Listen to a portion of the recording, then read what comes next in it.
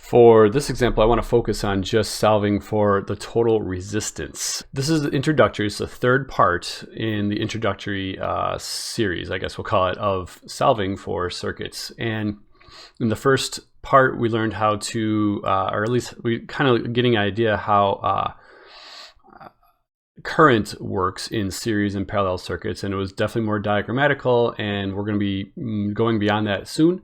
In the second one, we looked at voltage, and in this one, I just want to focus on the resistance. And once we get this down, we'll be able to do all three all at once, and it will be great. And we're going to add a new friend, power, but that's in the future. In fact, you can check out other videos for that already.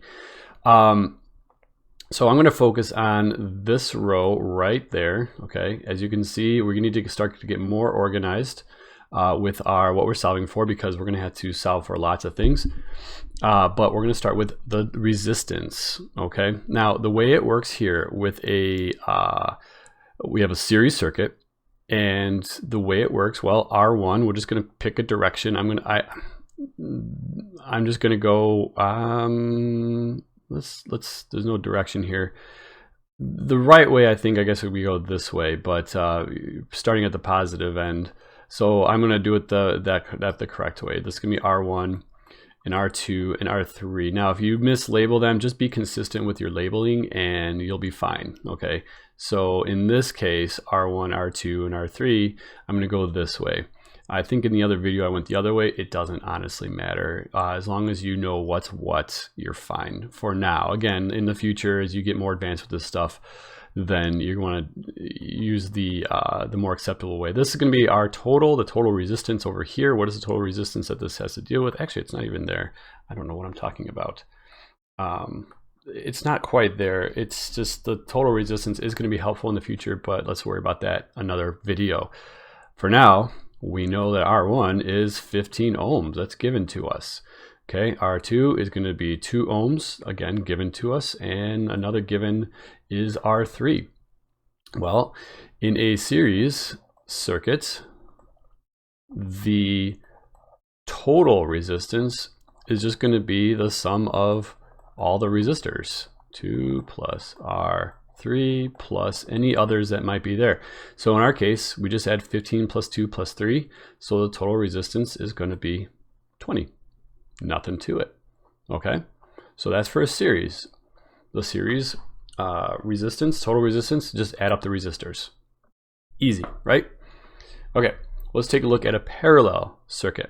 So once again, I'm going to label these. This is going to be R1, it's going to be our first resistor. It's going to be R2. Since we're using R1 and R2, a lot of times you'll see it'll say R15, R30. Okay, again, these are just labels.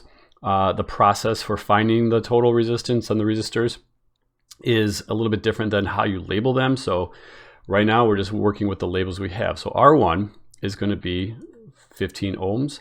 That is given. R30 is going to be 30 ohms.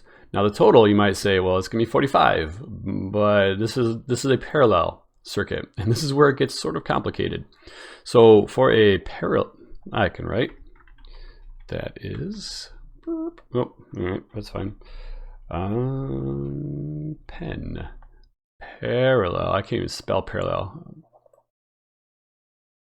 Then how do I say this? The R total, there's a couple ways to say this. I'm going to say it basically well, here's the most common way. It's going to be the inverse of the sum of the inverses. Okay, so R1 plus 1 over R2 plus 1 over R3 plus ... 1 over whatever resistors you have. And then you have to take the inverse of that. So it's the inverse of the sum of the inverses of the resistors. All right, so in other words, the total resistance here is going to be 1 over, or the inverse of 1 over 15 plus 1 over 30. What do we even do with that? Well, you could put in your calculator just fine. You could take 1 over 15 plus 1 over 15. But the way I would do it in my calculator, it has a handy dandy little inverse key. So in my calculator, I'll just write this. Let me get a little calculator. I would write it like this. Okay, I would just go 15 inverse. So there's a little x, on my calculator, it looks like a x to the negative 1 button. So that's a 1. So it looks like a little x to the negative 1 button. That is the inverse button. Boy, that is so unclear. Yeah, something failed me just then. I'm going to rewrite that so it's a little bit more clear since that's sort of important. It's x to the negative 1. Okay, that's the button I want to press. So 15 to the negative 1, or inverse of 15, plus the inverse of 30. I'm good at this little game here because inverse of 30. And what that's going to do, I'm going to just do that right now in my little calculator. So 15 inverse plus 30 inverse. So that gives me 0.1, but that's not the answer. So now I have to do the inverse of that. So I'm going to put 0.1 inverse. And honestly, if I just type inverse, it should just say answer. It just say answer to the inverse. Okay. And so my total is 10 ohms. So 10 ohms of resistance right there. Okay. So this is how I put it in my calculator, and then I take the inverse of the answer that I get. Okay, once again, if you just type, basically it'll look like this. It'll say, in mine, it goes answer inverse if I use the inverse button to solve for that. All right, so that's how you do it. Now, why is the total less than the individuals? In fact, that's a clue right there that you did it correct. If you do this, and your total is not less than the lowest resistor, something went wrong, okay? It should be less than lowest R, okay? It should be less than the lowest resistor, okay? That's your clue, the total. So RT is less than the lowest resistor. If it's not, something went wrong, just double check your math, okay? That's how you do it. So let's take a look. I think I might have, okay, so here's a complicated one. And again, I'm just gonna focus on the resistances. So where do we even start? Well, let's just start by plugging in what we do know. What are the givens? So I'm gonna label this as R1, this will be R2, this will be R3, and this will be R4. So R1 is going to be 50, and we have 16 ohms, and 16 ohms, and 8 ohms. So what's our total? Well, we can't just add them up because we have this and then we have that. And so here's how you do it. First, I say it like this: work your way from the inside out. All right, what do I mean by that? Well, if you look, we have overall, this is a series circuit, all right, overall. But inside of this series circuit, you have this part that's in parallel, all right? And sometimes you'll have like other parts within this part. So you're gonna get like some nesting going on here, if you will, and just start from the inside and work your way out. So in this case, we have 16 and 16 and 8, all right? So I'm gonna just start with those. So I'm going to do, I'm just going to write it like I'll put in my calculator. Inverse of 16 plus the inverse of 16. Man, I'm bad at that. Can I just undo? Nope. All right, erase that. I don't want the highlighter. Plus the inverse of 8, okay? And if I put that in my calculator, and you could find shortcuts, you could do, not shortcuts, but you could probably make this a little bit more efficient. But again, I'm just kind of starting out.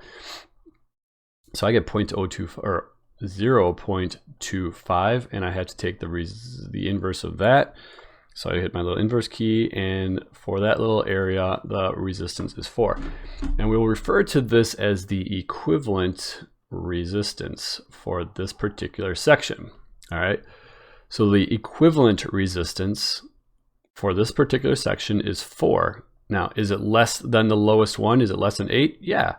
By the way, why would that be? Well, if you think about it, the more pathways you add, the less overall resistance you're going to get because there's more pathways. No matter how much resistance it offers, it's another path to follow for the electrons. And so the overall resistance goes down as you add more in parallel, as you add more additional pathways. All right, So we have a total equivalent resistance of 4 ohms.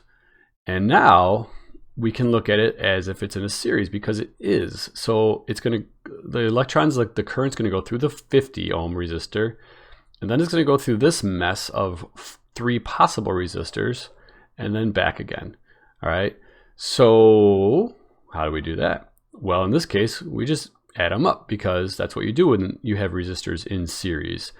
So 50 plus 4 is just going to give me 54 ohms. In fact, let me just write that out. For 50 ohm plus the 4 equivalent will give me, man, I'm just get all my arm just sometimes writes before my brain gives it the signal. So there we go.